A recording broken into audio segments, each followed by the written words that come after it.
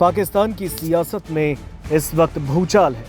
एक ओर आसिम मुनीर की ताकत को बढ़ाया गया है शहबाज सरकार के द्वारा, तो दूसरी ओर पाकिस्तान के पूर्व प्रधानमंत्री इमरान खान के समर्थक सड़कों पर उतरे हैं। इस बीच वकीलों ने संविधान के 26वें और 27वें संशोधनों को नकार दिया है। वकीलों का कहना है कि देश में संविधान ही सबसे पहले है और न्यायपालिका स्वतंत्र है। वकीलों ने प्रस्ताव पारित कर नवगठित फेडरल कॉन्स्टिट्यूशनल कोर्ट का बहिष्कार करने का संकल्प ले लिया। वकीलों के सम्मेलन का आयोजन लाहौर हाईकोर्ट बार एसोसिएशन और लाहौर बार एसोसिएशन ने मिलकर किया। सम्मेलन में साफ तौर पर दोनों संविधान संशोधनों को सिरे से खारिज कर दिया गया। वकीलों ने कहा कि ये बदलाव संविधान को नुकसान पहुंचाने और न्यायपालिका को बर्बाद करने के मकसद से किए गए। पूरा पाकिस्तान इस समय अंधेरे में खड़ा है।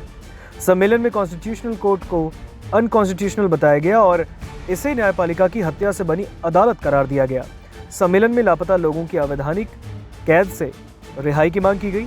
साथ ही पाकिस्तान तहरीक-ए-इंसाफ के संस्थापक और देश के पूर्व प्रधानमंत्री इमरान खान समेत सभी राजनीतिक नेताओं की रिहाई की मांग की गई। साथ ही कहा गया कि इन सभी की गिरफ्तारी फर्जी मामलों में की गई है। इन नेताओं को मानवाधिकारों का उल्लंघन कर जेल में रखा गया। सबसे गौर करने वाली बात यह है कि संयुक्त राष्ट्र मानवाधिकार आयोग के प्रमुख वॉल्कर टर्क ने 28 नवंबर को पाकिस्तान के इन दोनों संविधान संशोधनों पर बेहद ही गंभीर चिंता व्यक्त की थी। उन्होंने कहा कि इन संशोधनों से कानून का शासन कमजोर होगा, जिससे मानवाधिकार हनन की घटनाएं बढ़ेंगी। आपको बता दें, पाकिस्तानी संसद ने नवंबर में संविधान संशोधन कर सुप्रीम कोर्ट के अधिकारों में कटौती करते हुए फेडरल कॉन्स्टिट्यूशनल कोर्ट के गठन का प्रस्ताव पारित किया। इन संशोधन के चलते सुप्रीम कोर्ट अब माल और फौजदारी के मुकदमों की ही सुनवाई कर सकेगा।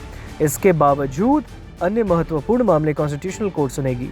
इन्हीं संशोधनों के चलते पाकिस्तान में तीनों सेनाओं के प्रमुख का पद सृजित हुआ है, जिस पर फील्ड मार्शल आसिम मुनीर की नियुक्ति की गई है और उन्हें सीडीएफ बनाया गया है।